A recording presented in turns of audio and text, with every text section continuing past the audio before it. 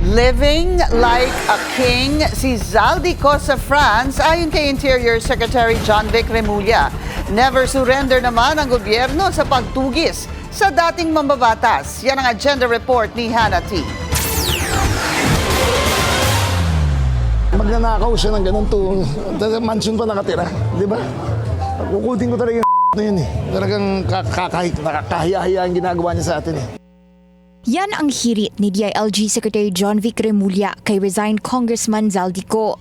Sa kabila kasi ng pagiging pugante, tila marangya pa rin daw ang pamumuhay nito. Kinumpirma ni Remulla na spotted siko sa France ayon daw sa mga Pilipinong nagre-report sa kanila roon.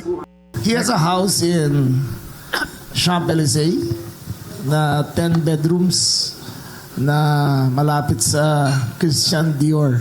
It's ganito kalaki yung taas yung mga ceiling ng 10 bedrooms. Probably worth maybe $200 million, euros. Nag-apply siko ng political asylum sa France kasunod ng pag-alis nito sa Czech Republic nitong Abril.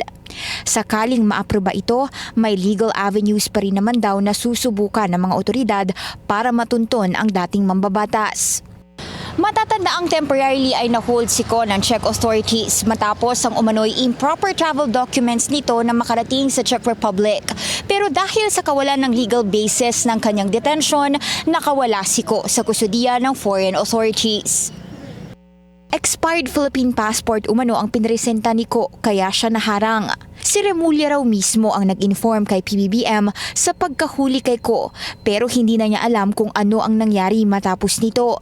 Sa ngayon, nakikita ni Remulla na ang tanging pag-asa para mapabalik sa Pilipinas si Ko ay ang red notice na in-apply nila sa Interpol noon pang Nobyembre. Kasunod yan ng warrant of arrest ng Sandigang Bayan laban sa dating kongresista dahil sa maanumalyang 289 million peso flood control project sa Nauhan Oriental, Mindoro. Oras na maisapinal ang red notice, maaari itong mas matibay na basihan para matugis si Ko. Kumpiyansa si Remulla na maiuuwi pa rin nila si Ko sa Pilipinas. Para sa agenda, Hannah T. Billionario News Channel.